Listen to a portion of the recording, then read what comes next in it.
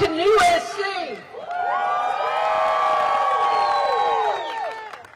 Good morning, everyone, and welcome to a new SC.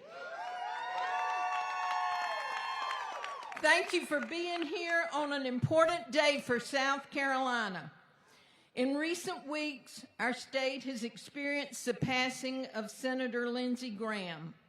Regardless of where anyone stood politically, his passing is a reminder that public service extends beyond politics and calls on leaders to step forward when their state needs them the most.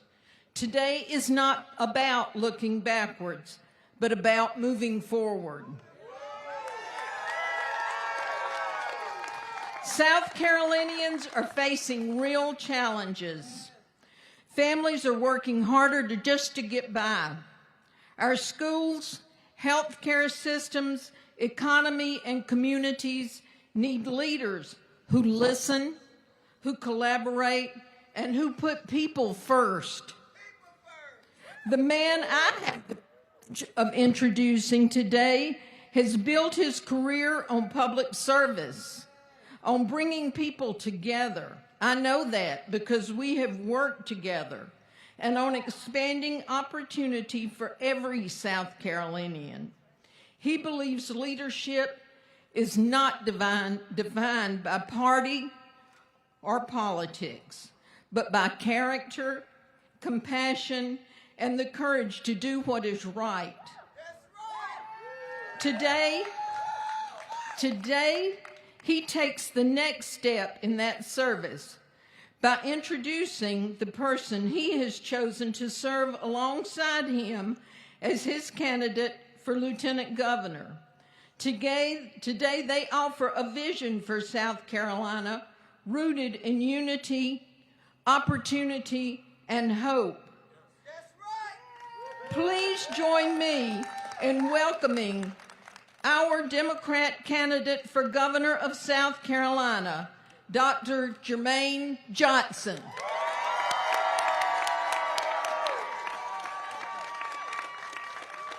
Love you. Good morning to the new SC.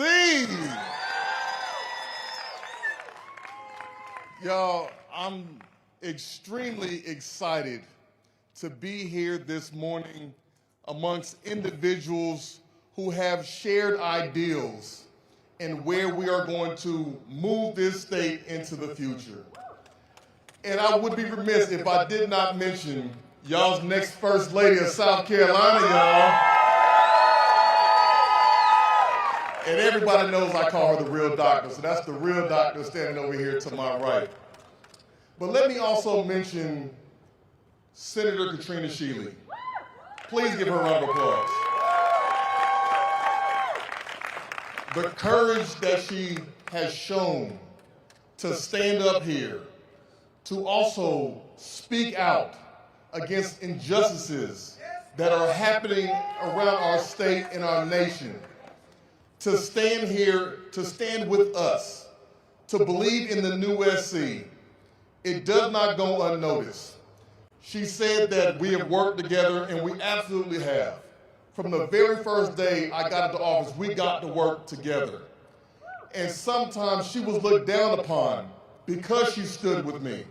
But that's what this is all about. Standing up for what's right. Standing up for the people of South Carolina, regardless of party affiliation, regardless if it's Democrat or Republican or non-affiliated. Just do what is right. Do what is right. And I believe today we are here to celebrate, to look at the forward vision, and to discuss the individual who I have chosen to be the next Lieutenant Governor of South Carolina. And I want you to understand that this choice was vetted very rigorously. I had to make a decision, and everybody out here who knows me, I don't do things just off a whim.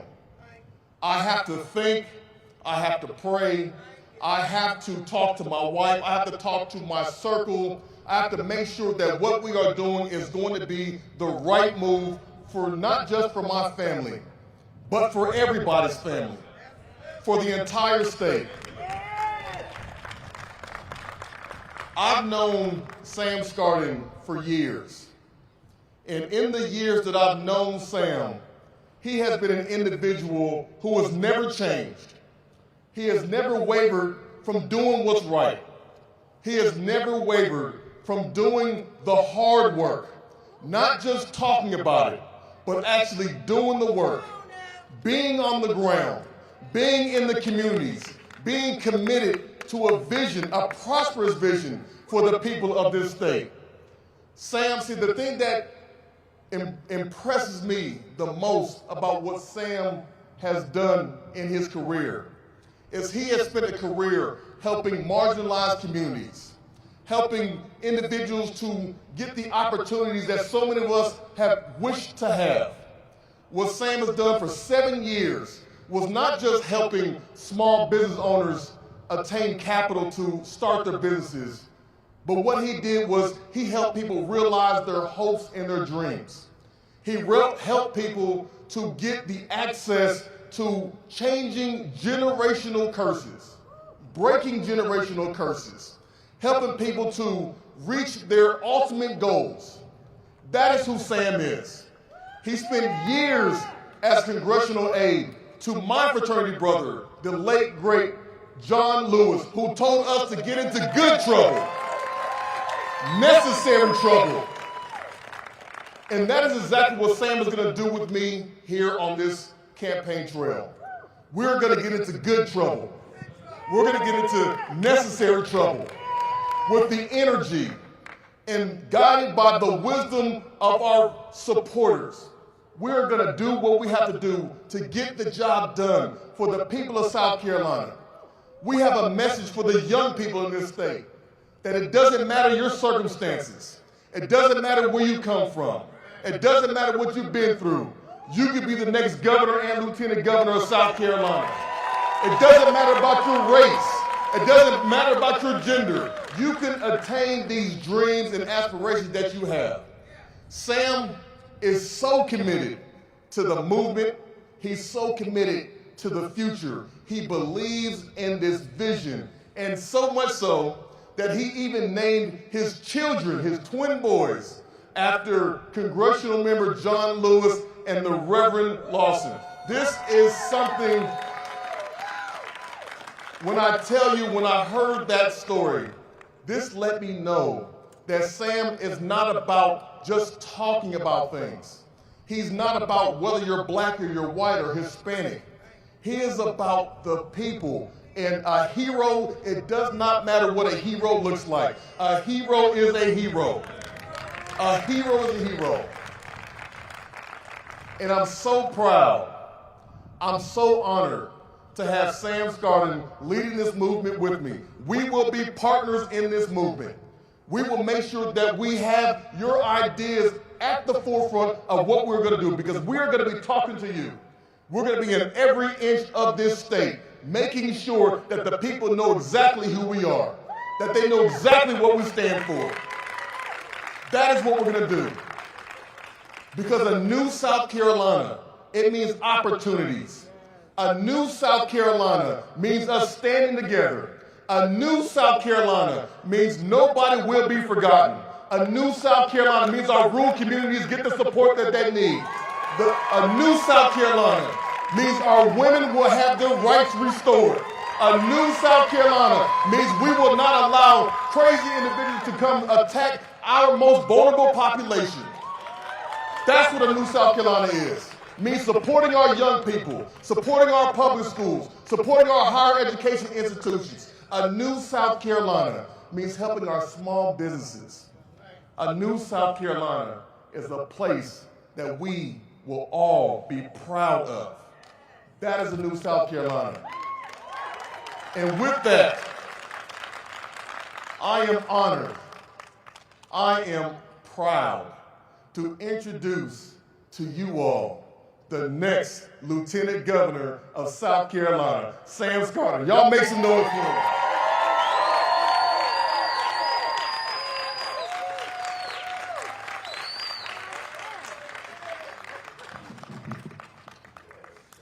I don't know who Jermaine was talking about, but he should have picked that guy.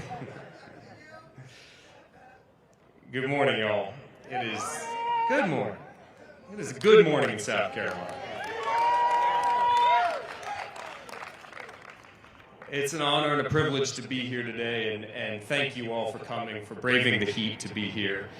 And I do want, before I say anything else, to say that despite the great honor that lays before us in this campaign, no matter what we all accomplish together, the best thing I have ever done for this state was 9 years ago when I convinced a business school classmate of mine named Leslie Scarden to move back to my home state with me after we graduated.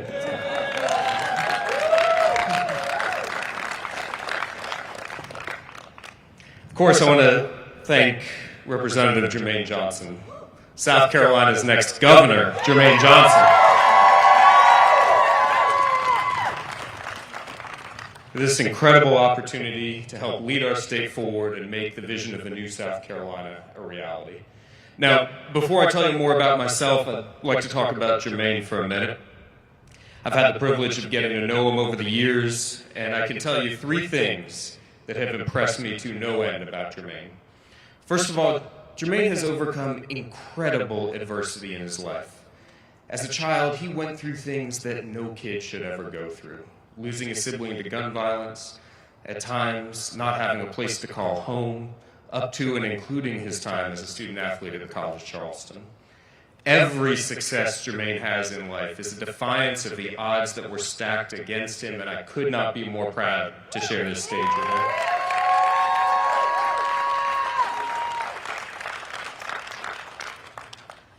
Second, I've seen Jermaine make tough decisions.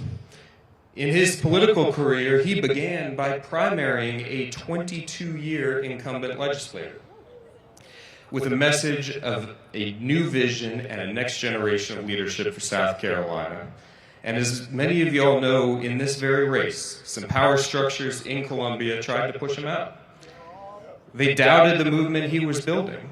They underestimated the strength and convictions of South Carolinians who want a new beginning for our state. And Jermaine made a courageous and tough decision to stay in this race, and 10 weeks later achieved a historic victory in our Democratic primary. Against 2 better-funded candidates with deep ties to our party establishment. So do not let anyone in this election tell you that Jermaine is going to be some kind of rubber stamp, that he is here to represent anyone but the people who sent them, and he has the freedom to serve them and them alone. He has repeatedly shown the courage to stand up to the old guard because voters should choose when it's time to move to the next generation. They did that in June, and they're going to do it again in November.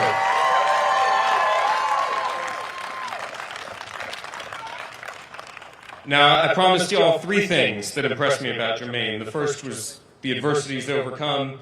The second is the tough decisions he's made.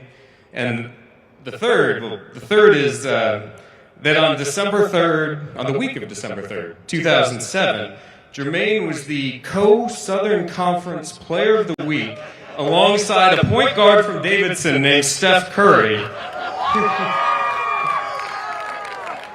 And Jermaine says he can guard him.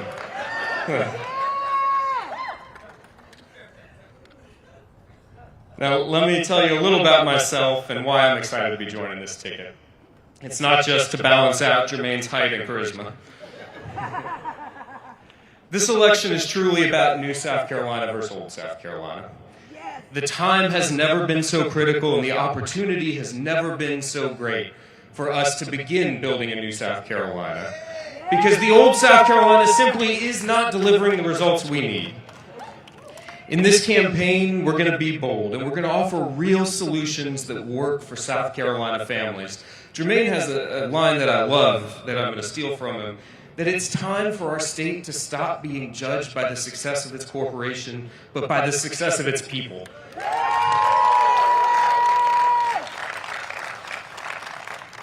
So what does that mean? Three things that matter to every South Carolina family.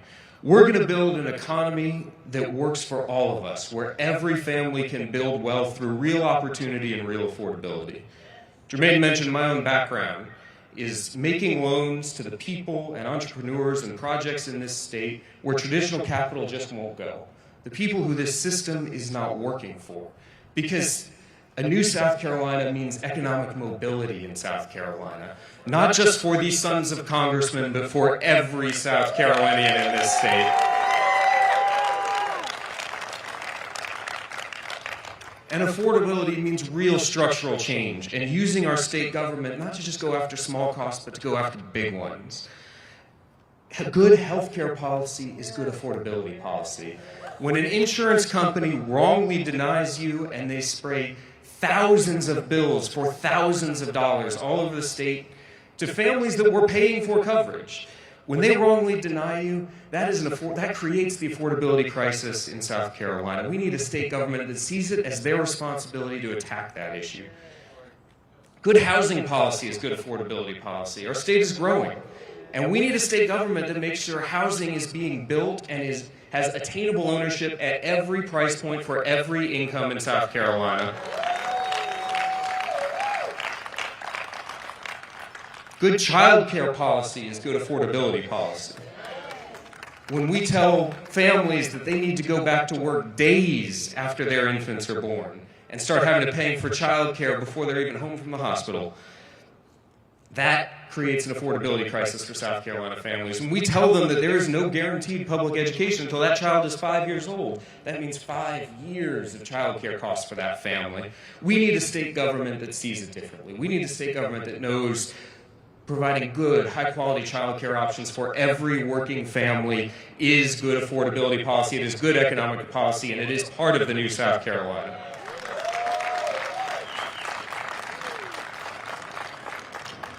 I want to talk about our schools. I'm a graduate of Charleston County Public Schools.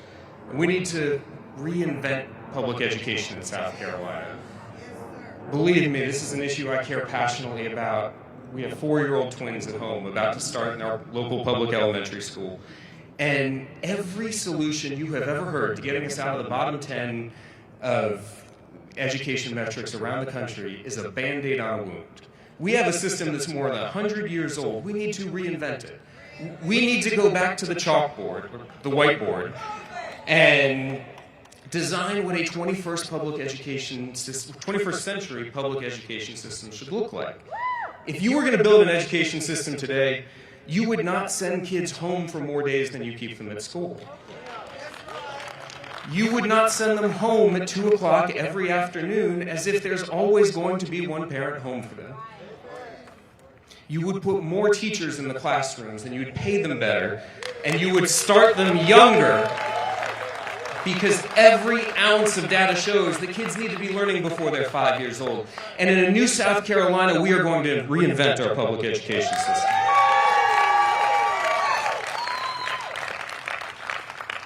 And finally, the infrastructure of our state simply isn't keeping up, and funding is part of it. We need more funding, but we need a better system. You should not have to call your state government to fix a crumbling road in front of your house. We need to reform the way we do infrastructure so that we can actually deliver results for people who need it, because every time you sit in traffic and are late to work, every time you sit in traffic and don't get to have dinner with your kids because of it, that is a tax on your time that the state could be solving if it reinvented its infrastructure system. My home county in Charleston, we have 6,000 outstanding work orders with our State Department of Transportation. That's a funding issue, but that's a structural issue. We need someone who's willing to challenge the system and who's willing to build a new South Carolina that is different than the old. So let's talk about the old South Carolina for a minute. Let's talk about our opponent in this race, who is the son of a congressman, whose family has been in elected office for the last 58 combined years. Now, if you think that resume is going to deliver the change we're talking about, is going to meet the moment to deliver the change that South Carolina wants and needs, you can vote for him if you think that that's the ticket for change. But I think South Carolina wants something different. I think South Carolina wants something different than an attorney general whose own website says it is not his responsibility to crack down on insurance companies who are wrongly denying claims and who are wrongly billing South Carolinians. That's on his website. It says it's not their responsibility. Well, I think it is our responsibility, and I want to elect leaders who see it as their responsibility to protect South Carolinians from the corporations that are driving up costs and making our lives unaffordable. Now, there's something I need from y'all. Y'all have to believe we can win this race. There has never been a bigger thirst for change in my lifetime. The opportunity is here. Let me talk to you about one more thing that makes me believe this is possible. Jermaine mentioned that I spent the first 4 years of my professional career on the staff of Congressman John Lewis. Now, he used to keep a framed library card on his desk in his congressional office. A lot of people might not understand why he'd frame a library card. Well, when he was a young child in rural Alabama, Troy, Alabama, he went to the local library to check out a book and was told that you have to have a library card in order to check out a book, and library cards were not available to black children.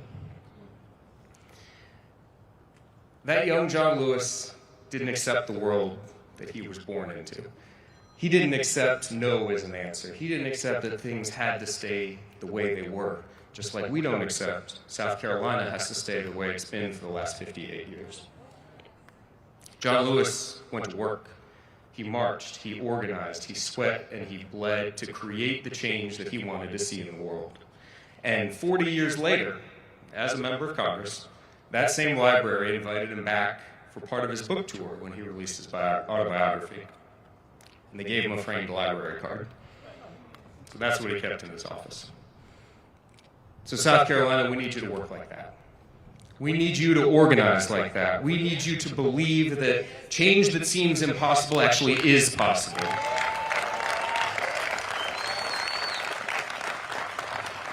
So the next 3 months can decide whether or not our state sees it as their responsibility to take on the big corporations. It can decide whether or not we can build an economy that actually works for us. The next 3 months will decide the quality of our public schools that we vote to, that we send our kids to. But we need you to join us. We need you to lock arms with us. We need you to organize and volunteer and donate. We need you to vote on November 3rd. And if you do that, I believe we can win in November, and we can build a new South Carolina together. Let's get to work.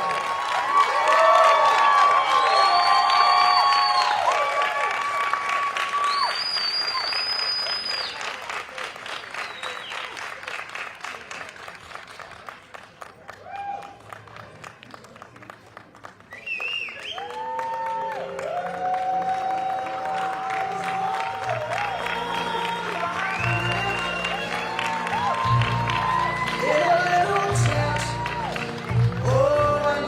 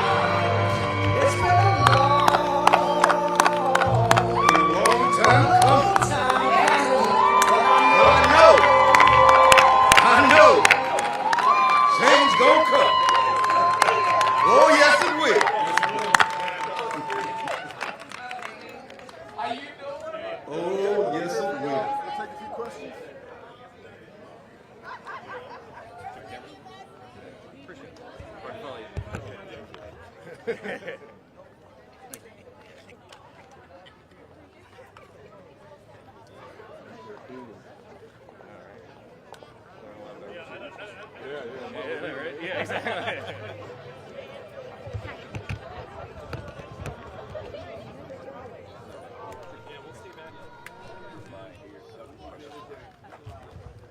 All right, South Carolina democracy.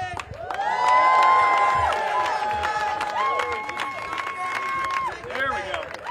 Take it back to New SC.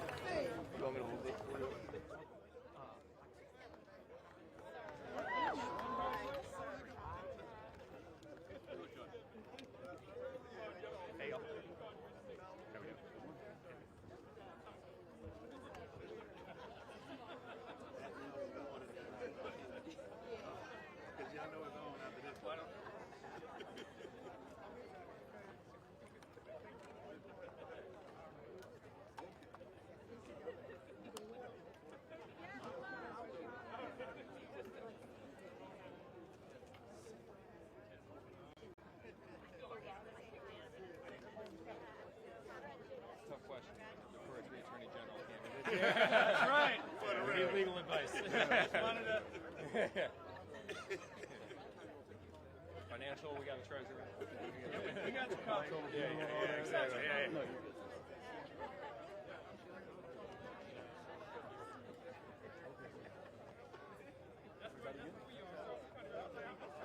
You guys good? Everybody good? Okay, we're gonna rock. Can y'all hear us? All right, I'll start it off. The other campaign that you're running against, they've specified exactly if successful in November, Mike Rickenbaugh will be running an auditing kind of initiative. Do you see a specific role for him, something along those lines, or what do you think your role looks like if successful in November? Well, first thing, absolutely. Sam's got a tradition and a background in helping create opportunities for small business owners in the state. I think it would be incumbent upon myself to lean into his specialty, to his skill set, and put him in charge of small businesses in the state to help them to cut some of the red tape that's been holding entrepreneurs back, anybody who wants to realize their dreams and opportunities. I think Sam is going to be just the prime person to help grow this state, because we know small businesses are the backbone of South Carolina. And I think they just need the support from the state here to actually help them realize those dreams and aspirations, and nobody better than Sam Scarden to go ahead and lead that effort. It'd be an honor to help Jermaine build an economy that works for all of us. The South Carolina economy is two-tiered right now, and we need to give people a realistic path to upward mobility. I would love to help take that on, and under his leadership and part of a new South Carolina. I guess building off of that, the powers of the governor and the lieutenant governor are limited on what you can and can't do. So what does that look like within the limitations of the offices that you see? See, the good thing is I'm already a state representative, and when you're in the House of Representatives, you know the rules, you know how things work. But also, I have relationships with Republicans, Democrats, and everybody that's in the General Assembly. So that looks like him working with the LCI committee. That looks like him working with the finance committees and all the different subcommittees that are here, putting together a special task force out here in the state to talk to small business owners, creating advisory councils of small business owners about what's keeping them from making it to the next level of their business. Creating individuals, bringing stakeholders to the table, people who already have opened up the business but are almost shuttering out. Having those type of people at the table to allow Sam to work with them to craft legislation and policy to help, work with leaders in the General Assembly to push some of these ideas forward. I'll add to that. As someone who's not from Columbia, got a young family in Charleston, I think that speaks for a lot of young working families when I say we're sick and tired of hearing reasons why the state can't help, why the state can't do something. We need leaders who see it as their job to make things happen and deliver results, no matter what structural barriers are in the way. Part of being a millennial ticket, having young families, we grew up in the age of the internet. Things get done faster. We're not a generation that accepts no as an answer, that accepts some structural reason why our kids have to go to bad schools or why we have to live in a state with a two-tiered economy where the corporations run roughshod over people. We need leadership, and that's a fundamental difference in this race. We need leadership that knows what we need to do and finds a way to get it done, rather than accepting the old school reasons why it can't get done. can you talk again about, you mentioned it some on the podium, but about what your vetting process looked like and, you know, how you ended up picking Sam and, what that call was like when he asked you as well? Yeah, absolutely. So I had talked to a number of people, and when you talk to different people, just the first conversation, you kind of get a sense. And something that I've been blessed with is having the ability of having discernment and knowing where people stand and kind of like what their long-term goals are in the vision. But for myself, I need somebody who sees the vision, who sees what a new South Carolina is, who wants to tear down some of these old barriers and rebuild them up to provide opportunity. And having that conversation with Sam, this has been his literal life story. It's been helping people to build new visions and new futures for their families, to create generational wealth. And, and the simple fact that I have known him for years, he has never changed. He's always been the same person who's been fighting for the least of these in this state. There was nobody better than Sam Scarlett. And Sam, what was your first thought when he said he chose you? Be honest. Yeah. Incredibly honored, incredibly surprised. My wife laughed. And then I asked her why she was laughing, and she stopped. No, it's an incredible honor. The opportunity to help lead this state forward, to help present a vision for a better and a newer South Carolina. Once in a lifetime opportunity. I could not be more grateful to Jermaine for it. Sam, you talked a little bit about some of the things that Jermaine had to overcome, some of the pushback you saw towards the beginning of his campaign. Can you talk a little bit more about that and when he overcame that, what that said to you? Yeah, it meant a lot to me. I wanted to vote for him, so I wanted him to stay in the race. South Carolinians want people who push back against their party. Senator Skeely mentioned the passing of Senator Lindsey Graham. God rest his soul. Lindsey Graham challenged his party at times. I know he drove people in both parties crazy at times. This is a state that elected Fritz Hollings and Strom Thurmond for years at the same time, for overlapping elections. They want people who will challenge their party. They want people who aren't beholden to their party. And I think Jermaine is the best proof point of that, for the way he's conducted this campaign, the way he's always taken on the establishment to bring a new generation and new voice to the table. I mean, a primary is very different from a general election. How do you think that plays out when it comes to putting up a challenge within the general election? Well, let me add to that one right there. You may have seen, or you may already be seeing, traditionally you see the opposition party or the Republican Party or whoever's on the other side to say or not say anything, or to I guess say they'll help you behind the scenes. But what you have been able to see in our race are Republicans who know who I am, they know my character, and they are publicly saying we are supporting Jermaine Johnson for governor of South Carolina. That is why we have a Katrina Sheila here this morning. That is why you're on the internet. You see Republicans saying, listen, we like Jermaine. He is not beholden to this same traditional style politics that we have seen for so many hundreds of years. He is something different. He is about unity. I'm about bringing people together. I have an impeccable character. I have integrity. And the people up here in the General Assembly, they will tell you that. That's why you see people like Tom Fernandez saying Jermaine is a good guy. That's why you see people like Neil Collins saying Jermaine is a good guy. That's why you hear the positive things that even Alan Wilson is saying about me. They know who I am as a person. I don't play politics with people's lives. I just want to do the right thing for the people of South Carolina. And that's why I'm not a mudslinger. I just tell the facts. I stay doing what I'm supposed to be doing. And I believe if you do what's right, everything else will take care of itself. Sam, I have a question for you. You mentioned Lindsey Graham, and over the past couple of weeks, everyone has been trying to figure out, who people are behind the title. So I guess my question to you is, who are you behind the title? What are some values that you have? Yeah. I'm a husband, a father, and a baseball fan. So last night, we did a lot of work to get ready for today, and I felt bad. I had to get home in order to put our kids to bed in time. I try to do that every night, and it means the world to me to have two wonderful young boys running around, wonderful wife that helps make it all possible, and has really outstanding accomplishments in her own right. And then I try to watch some baseball after everyone goes to bed. What team? Nationals. Okay. Yeah. Up and up. Yeah, they're getting better. Yeah. One more, folks. Well, I want to know if Steph Curry's going to come on the campaign trail. Oh, that's a good question. That's a good question. I've got this picture in a magazine. I was in Sports Illustrated, and there's a picture of me and Steph Curry in the Sports Illustrated with me guarding him in the magazine. So, hey, let's see. You know, he may come on the campaign trail at some point, but there are other athletes out that are inspired by what we're doing.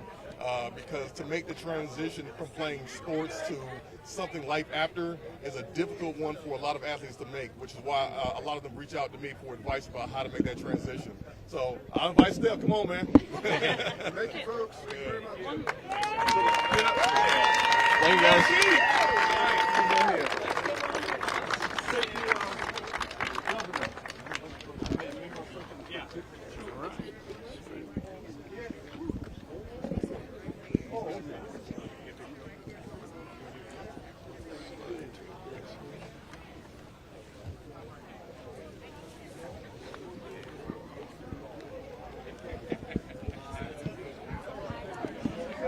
Could I grab that card? Yeah, it's actually your card.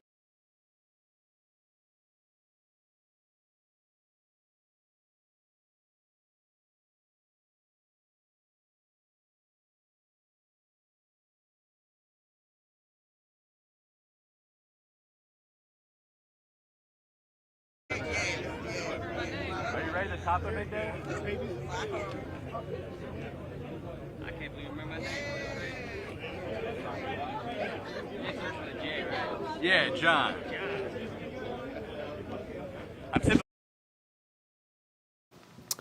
All right, we're going to call that the end of our coverage here of that live stream of Jermaine Johnson announcing his lieutenant governor pick. Sam Scarden there here from Charleston. They are going to be on the campaign trail immediately headed down to North Charleston for a rally this afternoon. We'll bring you the latest coverage of that later on in our shows as well. But big news of the day, Jermaine Johnson, the Democratic candidate for governor, has selected Sam Scarden as his running mate. Stay with us throughout the campaign trail as we bring you the latest, keep you up to date on everything. That is going to be the end of this live stream, and we will see you in the next one.